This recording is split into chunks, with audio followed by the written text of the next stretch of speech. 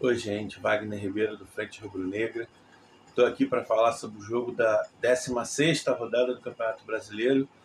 Apesar de que o Flamengo só tem que esses jogos, mas o campeonato já está na 16ª rodada. Flamengo 2, Red Bull Bragantino 1. Ufa, quebramos o tabu, conseguimos vencê-los na casa deles. Desde que eles voltavam à Série A, a gente não tinha conseguido, aliás, né? Desde 1996, 29 anos. No ido, ano de 1996, gol de Bebeto, de falta. Desde então, o Flamengo não vencia o Bragantino lá. O Flamengo assume a liderança histórica no confronto, né, com uma vitória a mais que o Bragantino. Mas, enfim, vamos falar do jogo que aconteceu na 16ª rodada. Bom, vocês estão vendo aí as escalações iniciais dos times. O Flamengo com mudanças, o Bruno Henrique de volta ao time, o Pedro titular, e o Danilo de fora também, né? Então o Varela inicia o jogo na lateral esquerda. Já vamos falar mais um pouquinho sobre o Varela. É uma das primeiras coisas que eu gostaria de falar. De resto, foi o time, então a escalação, né, como vocês estão vendo aí, é Rossi, Wesley, os dois Léos, Ortiz, Pereira, Varela, Everton Araújo, também é mais uma mudança, né? Que inicia o jogo no lugar do Alan, Jorginho, Arrascaeta jogando diferente dessa vez, jogando aberto na esquerda, lembrando os tempos de Jorge Jesus. Cara, há muito tempo que eu não vi o Arrasca jogar por ali, e foi bem. Eu achei que fosse o contrário, achei que fosse Bruno Henrique aberto na esquerda e o Arrasca por dentro, mas eu já entro mais nas nuances táticas. Luiz Araújo na direita e a dupla de ataque, Bruno Henrique e Pedro. Bruno Henrique um pouquinho mais para a esquerda, Pedro um pouquinho mais para a direita. E o Red Bull começa no 4-2-3-1, como vocês estão vendo aí, a linha de 4, 2 volantes. Uma escalação parecida, mas em vez de jogar com dupla de ataque, o Red Bull jogava com John e Sacha, em que o John fazia um papel mais de meia mesmo. Um ponta de lança, né? Mas um cara que vinha muito buscar a bola. Não era exatamente uma dupla de ataque, não. 2 pontas abertos, o Mosqueira e o Lucas Barbosa, o Sacha de centroavante. Bom, então essa nuance tática que o Felipe fez, essa mudança, né, que surpreendeu, pelo menos a mim surpreendeu bastante. Inclusive me preocupou no início, mas no final não, durante o jogo eu percebi que ele tinha razão e eu entendi por que ele fez isso. Ele simplesmente colocou o Arrasca aberto na esquerda, ele arriscou, né, colocar o Arrasca para marcar o Hurtado, porque o Hurtado não é um lateral de subir muito, né, o equatoriano. Se não me engano, é equatoriano. Tá? O Mosqueira é colombiano, que é o ponta, mas acho que o Hurtado, se não me engano, é o equatoriano, lateral. Ele não quis deixar Pedro e Arrascaeta marcando a saída de bola dos zagueiros, exatamente por aquele problema que a gente diz, de pouca mobilidade, pouca velocidade. Então ele fez uma escolha. Ele preferiu arriscar, botar o Arrascaeta para bater com o Hurtado na lateral, mas deixar pelo menos o Bruno Henrique, que é um cara de muita mobilidade, de força, pressionando os zagueiros na saída de bola. Né? E apesar dos 10 minutos iniciais um pouco periclitantes, como diria o outro, um pouco complicados, né, que o Bragantino foi melhor, o Flamengo teve dificuldade para sair jogando ali, a pressão fortíssima na saída de bola, e a pressão pós-perda, o press muito forte do Bragantino, Red Bull Bragantino, né? O Flamengo conseguiu dominar o jogo a partir de então. A partir dos 10 minutos o Flamengo foi superior, apesar de que, assim, com aquele mesmo problema de profundidade, pouca finalização. O primeiro tempo termina com o Bragantino até finalizando mais. O Bragantino finalizou 7, o Flamengo 4. Mas, assim, o Flamengo foi senhor do jogo, apesar de que no final do primeiro tempo o Bragantino voltou a incomodar. Teve aquela falta ali que o Rossi fez uma defesa espetacular, grandíssima defesa. Teve um outro lance que o Vinicinho, né, a primeira mudança aí, eu vou colocar a primeira mudança do Red Bull por necessidade, não, o Mosqueira sentiu, entrou o Vinicinho, tava o Mosqueira, ele estava jogando com 2 pontas de pé aberto, né, Mosqueira na direita e o Lucas Barbosa na esquerda. um destro na direita e um canto na esquerda. Isso eu quero dizer com pontas de pé aberto.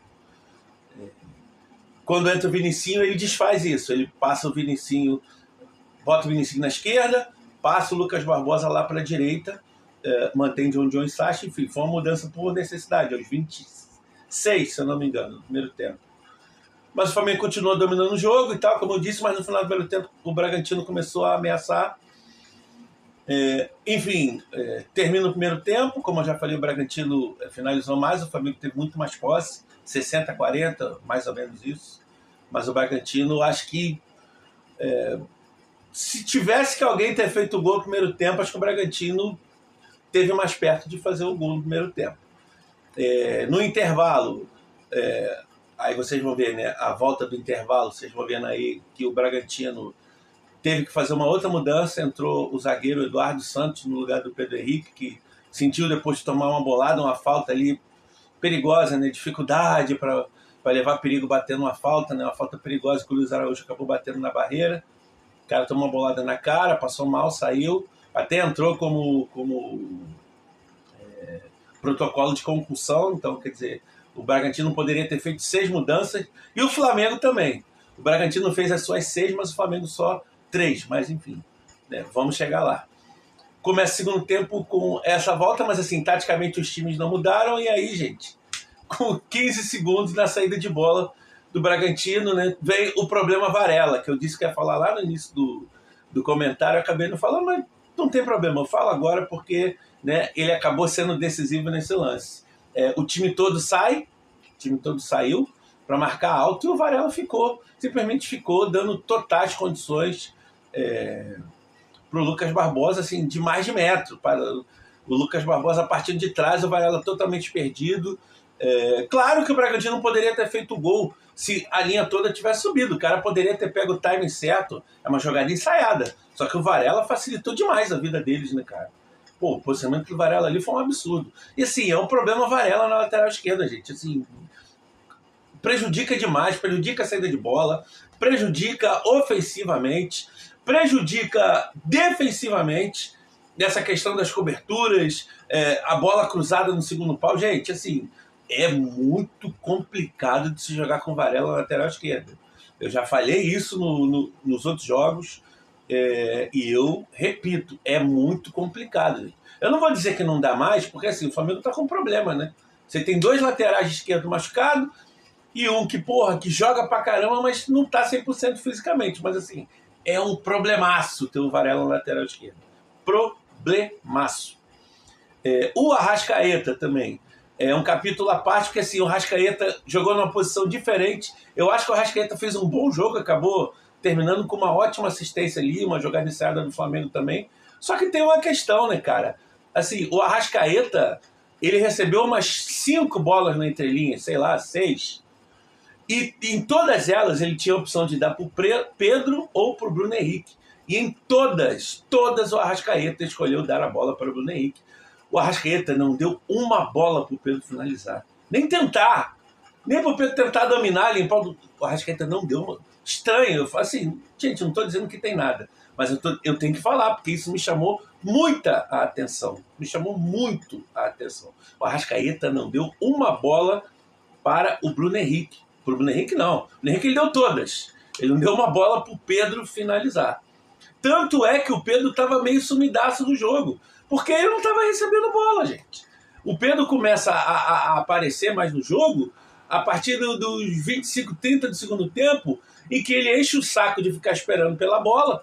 E eu acho que ele meio que troca um pouquinho com o Bruno Henrique também. O Bruno Henrique estava mais pela esquerda, ele mais pela direita. Eu acho que nesse momento do jogo eles meio que invertem, o Bruno Henrique vai mais para a direita, o Pedro vem um pouquinho mais para a esquerda, ele começa a participar um pouco mais do jogo ali, e dá sequência a todas as jogadas. Ao contrário do que foi o Bruno Henrique. Cara, foi triste a atuação do Bruno Henrique hoje, tecnicamente, né?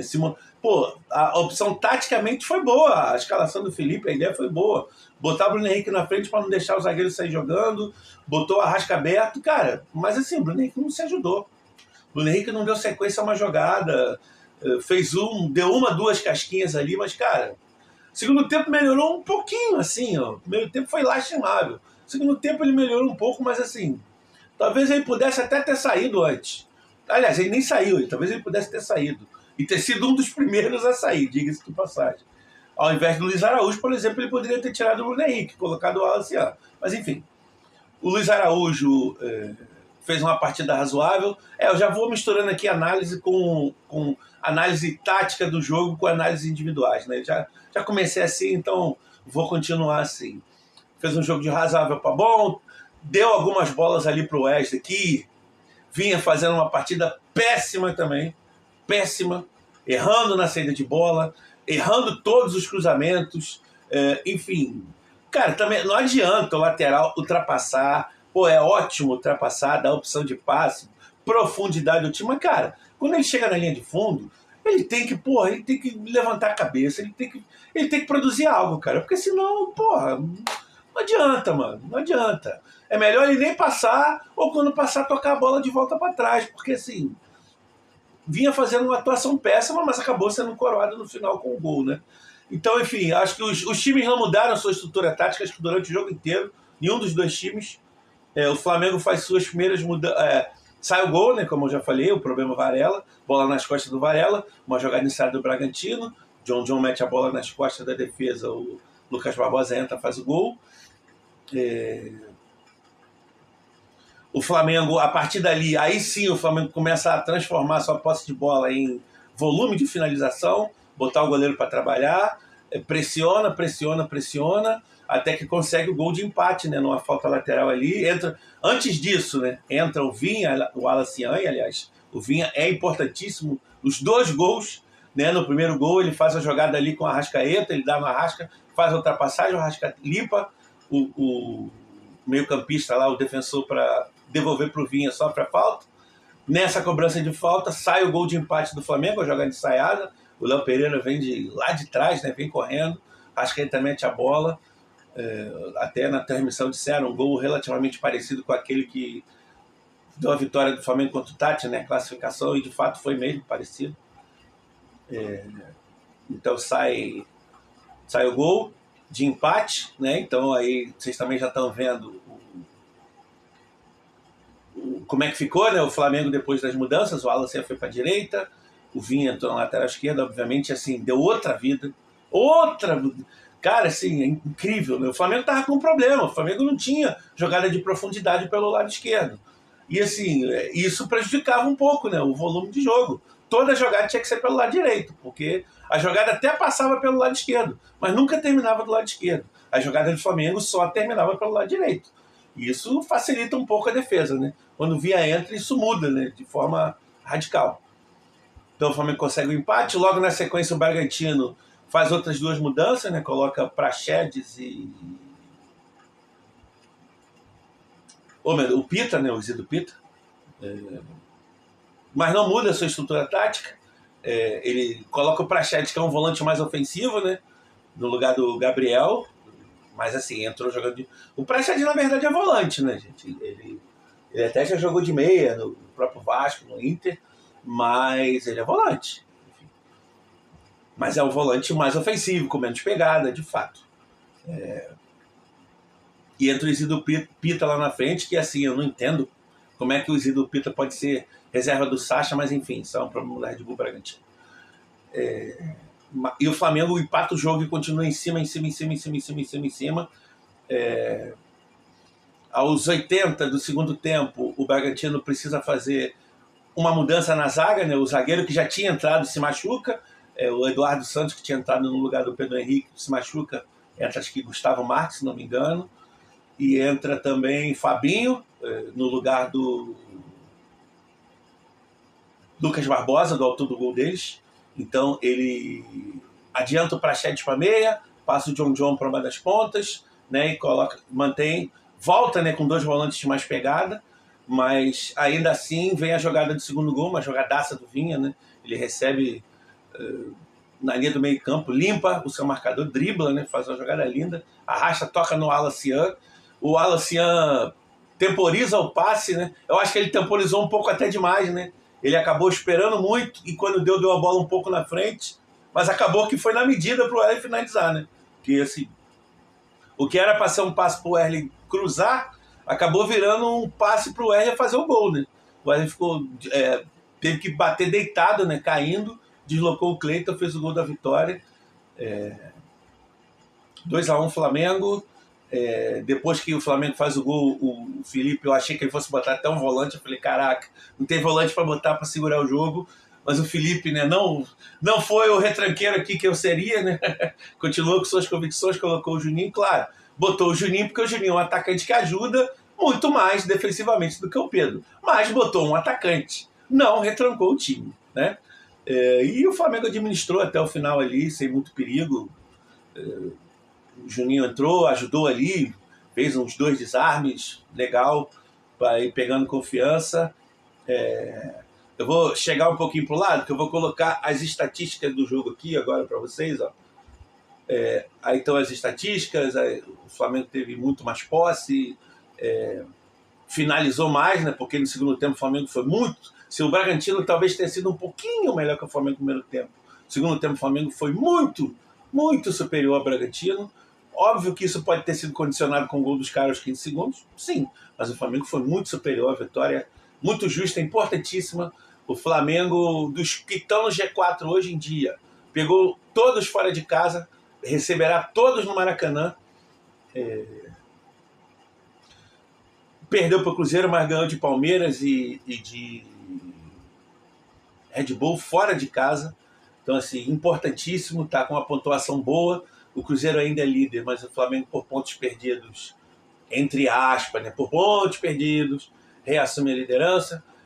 Assim, o Flamengo desarmou mais. Enfim, o Flamengo foi superior, gente. Foi muito superior ao Bragantino. Óbvio, as estatísticas são cortesia, né, do SofaScore, né? Vou dar o crédito, obviamente, né, de onde eu tirei os dados. É o mínimo que eu posso fazer, né? Já que estou usando, né, os dados que eles colocaram lá no aplicativo e no site deles. E é isso, gente. Uma ótima vitória, grande vitória. Flamengo segue firme na sua luta aí. Domingo tem o Atlético Mineiro. Espero, gente, pelo amor de Deus, que não surja mais nenhuma crise interna. Chegou o primeiro reforço. Segundo, né, gente? Que o primeiro reforço foi o Jorginho, mas enfim. Chegou o Saúl.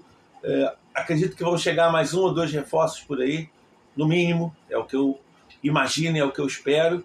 E é isso, gente. Seguimos. Saudações rubro-negras. Um abraço, valeu, até a próxima.